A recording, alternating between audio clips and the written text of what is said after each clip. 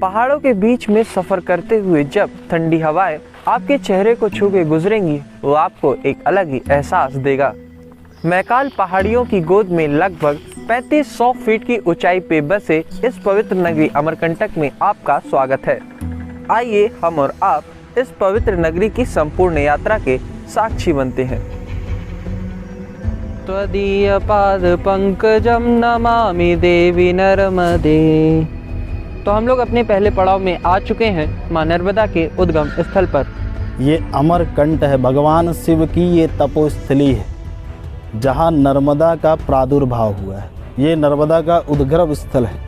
जैसे हम लोग कहते हैं कि आदौ ब्रह्मांड खंडे त्रिभुवन विप्रे कल्पदाशा कुमारी मध्यान्हे शुद्धरेवा बहत सुर नदी वेद कंठोपकंठे श्रीकंठे कन्या रूपाम ललित शिवटाम शांकरीम ब्रह्म शांति सा देवी वेद गंगा ऋषिकुल तरणिम। ऋषियों के कुल को, ये भारत भूमि ऋषियों की है। तरणिम नर्मदाम माम पुना, तो नर्मदा कुलों को तारने आई है। सर्व तीर्थ नायकम, ब्रह्मांड में जितने भी तीर्थ हैं उनकी अधिष्ठात्री नर्मदा है। लोगों ने इसका झूठा वो प्रचार प्रसार की नर्मदा पसीने से निकली। तो नर्मदा की उत्पत्ति कैसे हुई? तो जब भगवान शिव ने मंथन के समय में जो विष का पान किया, उस समय शक्ति ने उनके कंठ में अमृत कलश रूप बनकर धारण हुई। भगवान ने धारण किया और जब भगवती ने उस कंठ को त्यागा तो वो शांकरी स्वरूप में प्रकट हुई और वही निर्मदा कहलाई जो नर के मद को हरती है। एकमात्र कलयुग में यही एक देवी है जो लोगों के कुल को तारती है। इसकी परिक्रमा होती है। जो मनुष्य इसकी परिक्रमा करता है उसको 100 अश्वमेध यज्ञ का फल प्राप्त होता है और इसके दर्शन मात्र से उस व्यक्ति के जीवन का प्रारब्ध क्षीण होता है। मां नर्मदा उद्गम के दर्शन के बाद आइए चलते हैं अब उस स्थल पर जहां मां नर्मदा ने अपना बाल्यकाल बिताया। नर्मदा उद्गम स्थल से 1 किलोमीटर पूर्व की दिशा में स्थित यह है माई बगिया, जिसे चरणों तक कुंड भी कहा जाता है। ऐसी लोक मान्यताएं भी हैं कि नर्मदा का असली उद्गम स्थल यह है।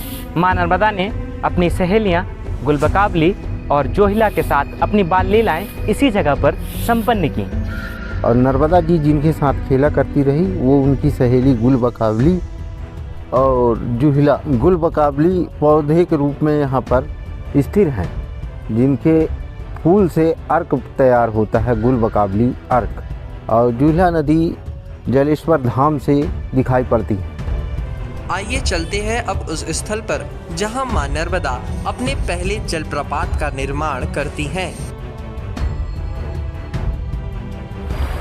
अपने उद्गम स्थल से लगभग 1300 किलोमीटर की दूरी तय करने के लिए मां नर्मदा पश्चिम दिशा की ओर निकल पड़ती हैं और लगभग 8 किलोमीटर की दूरी तय करने के बाद मां नर्मदा अपने पहले झरने का निर्माण करती हैं।